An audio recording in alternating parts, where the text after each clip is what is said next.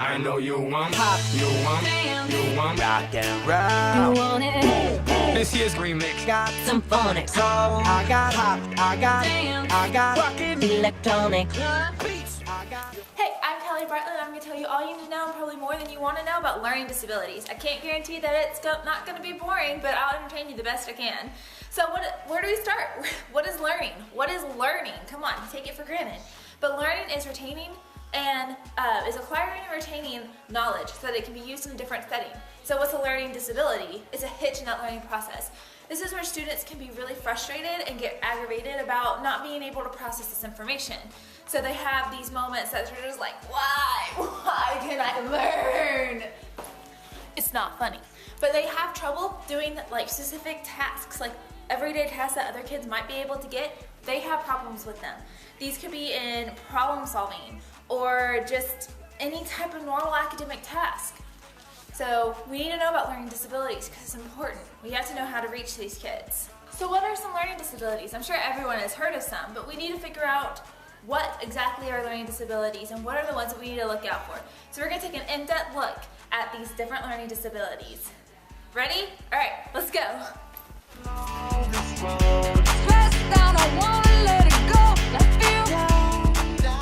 Okay, it's time to talk about ADHD.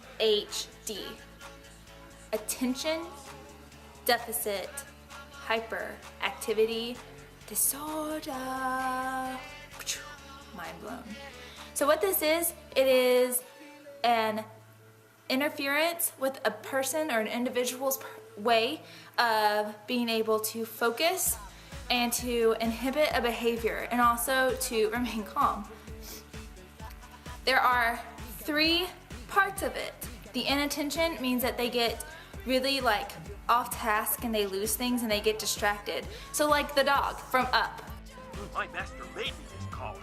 He is a good and smart master, and he made me this collar so that I may talk. Squirrel! My master is good at it. Perfect example. Then you have hyperactivity, and these people, they like fidget with stuff and they talk a lot about like random things. And so it's just like when I was put under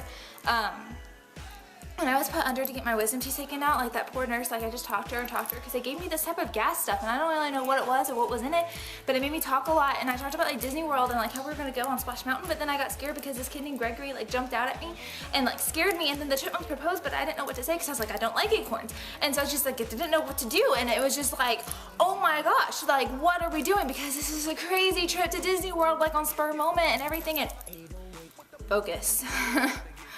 Okay, and then impulsivity would be like they just can't control themselves. They interrupt a lot and they just like jump into stuff, and it's not okay. So fun fact for you, in caveman days, they would actually be the scouts. People that might be diagnosed today with ADHD, they would be the scouts because they notice like everything. And so if like a lion was coming or something, they could be like, whoa, lion, gotta go around and tell everyone. So ADHD is actually a pretty useful thing if you're a caveman hunting.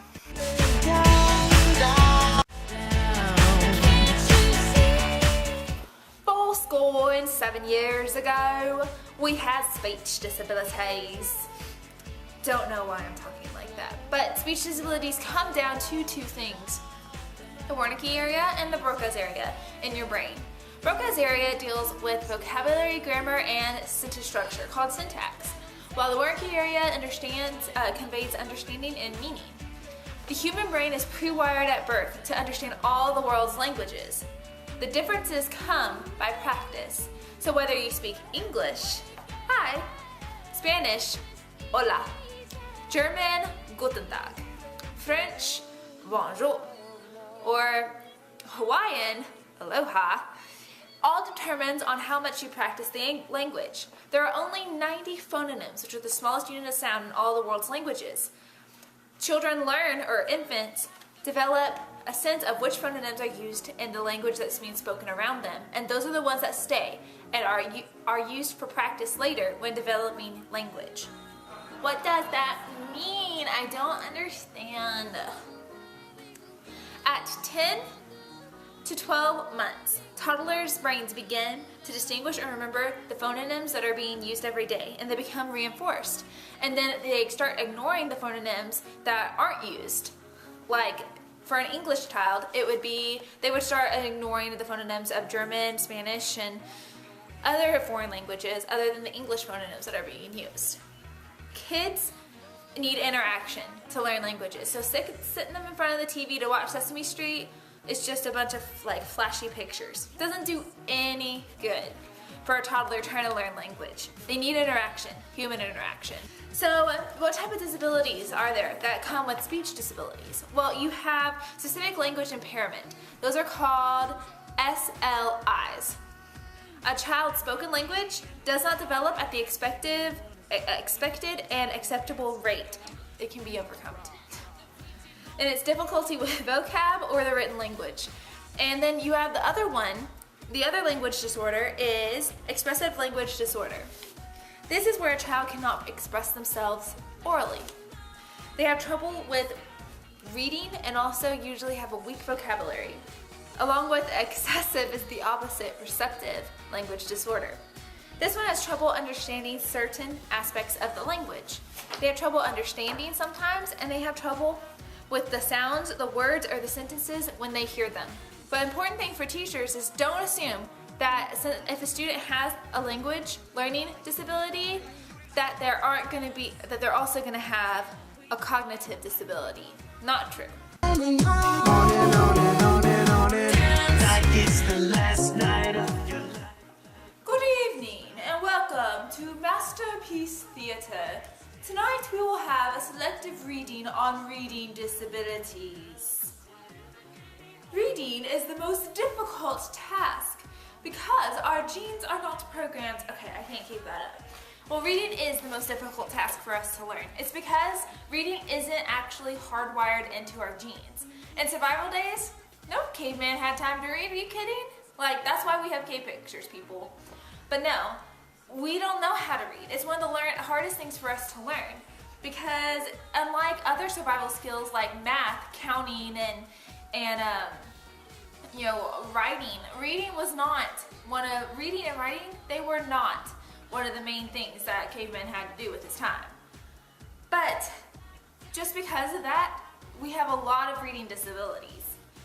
So successful reading involves the coordination of 3 neural networks.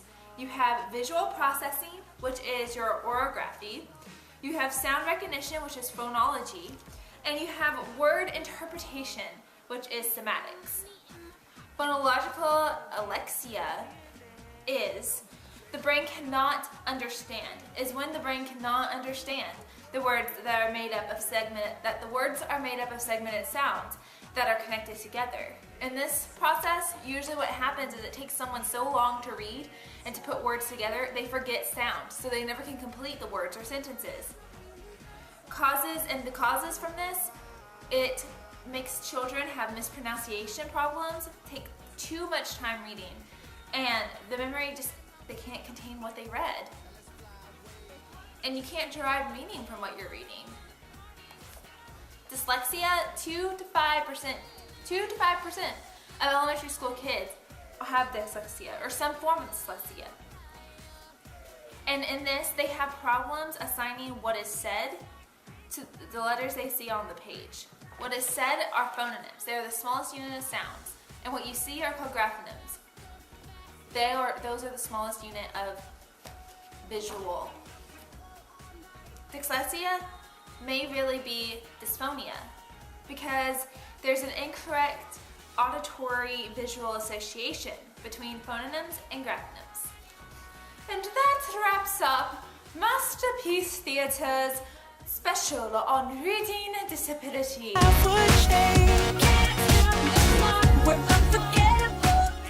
Okay, next up is mathematical disabilities. Math is in our genetic code. In caveman days, young people would have to be able to calculate quickly whether the oncoming pack of animals coming would kill them. Or a young hunter would have to be able to figure out, okay, so how many arrows is gonna have to take down this animal? So math disabilities, there aren't many, but one is dyscalculia. Dyscalculia is a persistent problem that comes with numbers and with calculations. So there are procedural disorders, which are mistakes in math procedures. And there are memory disorders, which come from when you just can't remember mathematical facts or what to do next. The next thing and the last one is visual spatial disorders, when you can't line up numbers well or you struggle with that. Those are a few of the mathematical disabilities.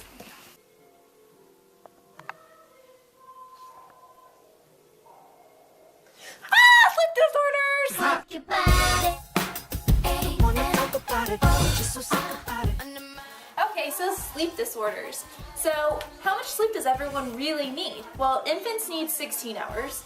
1 to 2 year olds need 10 to 12 hours. Teens need 8 to 9 hours. And adults need 7 to 8 hours.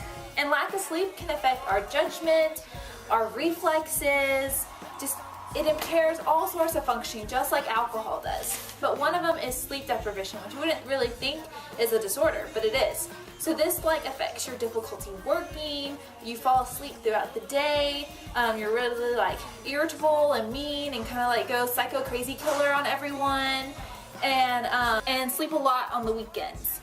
So insomnia is a disorder that robs people of sleep every single night.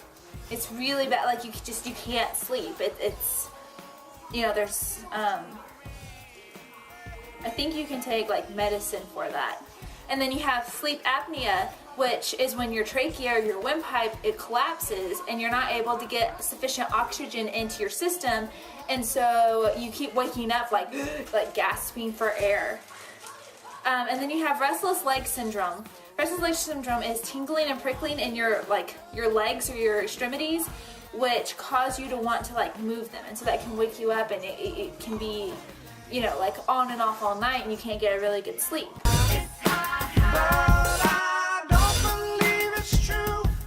Now we have types of emotional and behavior disorders. So emotion drives attention, and attention drives learning. So it's really important that emotion is on track for successful learning. So the brain can respond emotionally to a situation without the benefit of cognitive function, such as thinking, reasoning, or consciousness. So if your emotions come into effect, your brain can respond quicker emotionally than they would logically. Damage to the frontal lobe, the frontal left hemisphere to be exact, would leave feelings of hopelessness and depression. And damage to the right frontal lobe would cause inappropriate happiness or sadness. So damage to your brain can really, really mess up your personality. And anxiety is a type of disorder under the emotional disorders. So it's useful though. It is useful in the purpose of it signals us that something needs to be corrected in our environment. So anxiety can be good. Types of anxiety disorders are phobias, which you have social phobia, which is the fear of scrutiny, embarrassment, and humiliation. Obviously, I don't have that because I'm showing you this video. Okay, so specific phobias then are fear of a situation, like a specific situation, like arachnophobia is the fear of spiders, or hydrophobia is the fear of water. That's my drink, forgot it.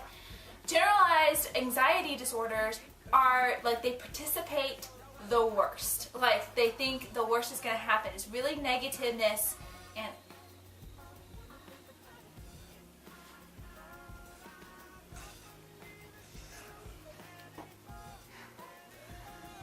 I don't know if I should drink this. Generalized anxiety disorders participate, or they think the worst is going to happen. Under that, we have also panic disorders. So you have terrifying attacks of panic. You just don't know what's going to happen. You have post-traumatic stress disorder, which is exposure to something traumatic, and it gives you nightmares, and you just it gives you panics pretty much. So that's emotional disorder. So here's some depressive disorders also. Depression is sad, irritable mood. You have drastic mood swings, which is what bipolar is. Bipolar disorder is, drastic mood swings. So you go from extreme lows to being down in the dumps to extreme highs, which are really, really, really happy. So we have several neurotransmitters that keep this in check, and so if you have a misfunction in any one of these neurotransmitters, then and can cause depression. Also, opposite defiant disorder is a deliberate attempt to annoy others, excessive arguing with adults, and frequent temper tantrums. Also, the refusal to comply with adults' instructions. Also, under behavior disorders, eating disorders. There are two different types of eating disorders. You have anorexia nervosa, which is the compulsion, the constant compulsion to lose weight, and bulimia nervosa, which is the compulsion to eat excessively and find drastic and radical measures to eliminate it. You ain't gon' find a text with him. Can you hear me? Got a better solution for you, girl. Can't you hear me? Some people think I'm bonkers, For this love, we gotta fight. but I just think I'm free. Okay, so autism. Autism is a condition that makes it difficult for students or for people to communicate and form relationships. It's a neurological disorder, and 1 out of 500 people are affected by it, and 4 out of 5 of those people are males. So some characteristics is language difficulties demonstrating appropriate body language, as well as understanding it. Repetitive and obsessive disorders. This is the perfect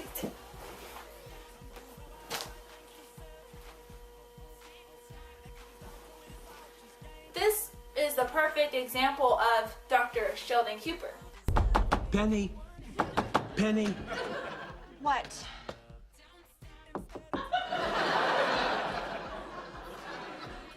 Penny. People with autistic disabilities demand consistency. Others have trouble with the environment that they are in, auditorily and also visually.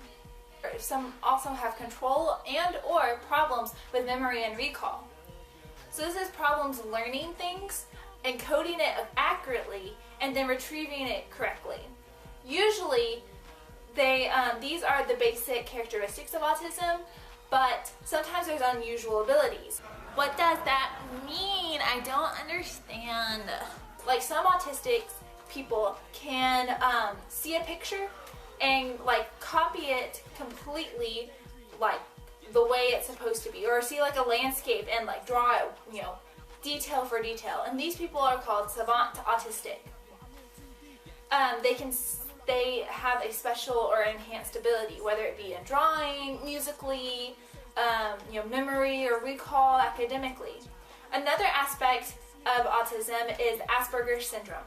Asperger's syndrome is a highly functioning or a higher mental functioning person other than a typical autistic diagnosed. And autism is a lifelong condition. Got me like, So here's some strategies to use for ADHD kids. So avoid sitting in desks for 20 minutes, 20 minutes straight. You gotta get those kids up and moving around.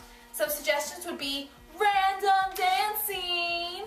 Yo, I'll tell you what I want, what I really, really want. So tell me what you want, what you really, really want. I'll tell you what I want, what I really, really want. So tell me what you want, what you really, really want. I wanna. Also use a lot of visual presentations or visual signaling. An example of this would be this, Exhibit A. This is a visual of a visual. Also use auditory signals, things to get kids' attention. So don't just, you can do the clapping game. Or you can get fun and do things like this. Use storytelling and humor all throughout your lesson. My example of this is this whole entire presentation. I bet you'll remember at least one thing at the end of this. Also use demos and hands-on activities. And avoid lag time. Be brisk and lively. Some reading disability strategies for make the literature interesting. Don't read stories about, a rock or something. Read stories that are interesting to the class or interesting to a particular student. And always you can play repetition of consonants and answers, Peter Piper Pick. I can't do that. But how much wood would a woodchuck chuck if a woodchuck could chuck wood? Or Sally sells seashells by the seashore. Games like that, so they can be better than me at them. Also, a strategy that I was taught in 5th grade is RTJL, read, think, jot, link. So you read a paragraph, then you think about it, then you jot down a couple things about that paragraph, and then you link it to the rest of the passage or to previous paragraphs. For math disabilities, it's very simple. Use manipulatives, use hands-on activities. Sometimes less is more. If they can get a concept in 10 problems instead of 30 problems for homework, do 10. Don't overexhaust them with 30. Also build on the student's strengths. So if a student is really good at multiplication, build on that. Add to it. Say, hey, from multiplication you can branch out and do this with that. And just build up math language. So instead of just saying, oh yeah, put those two together, use the actual words. Okay, we're gonna add those together, and that will create the sum. Use math lingo. For emotional and behavior disorders, create a physically safe and an emotionally secure environment as your classroom. Have your classroom be designated as the safe zone. And then for autism, they need structure. So have routines set. Let the child know what they're going to be doing that day. And also allow for social interaction, so group work. So overall, from this, we have learned to not just look for the disabilities, but to look for the abilities of our students. But above all, make sure that you teach to the child and not to the disability. And also make sure that you provide accommodations and modifications that puts that child in its best learning environment, in an environment that causes that child to succeed. And that's the best you can do. You want pop, you want rock and roll. You want it. This year's remix. Again, like over excessive, trying to match up. Oh my gosh. I can see The sky is falling down. I forgot my drink. Panic disorders are terrifying and I'm done.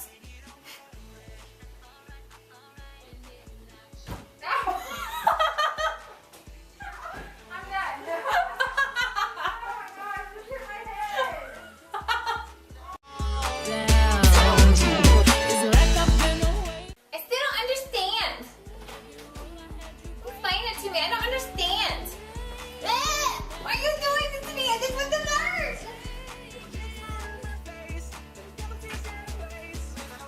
I hope you've learned everything you wanted to know, and possibly more than you wanted to know about learning disabilities. Bye!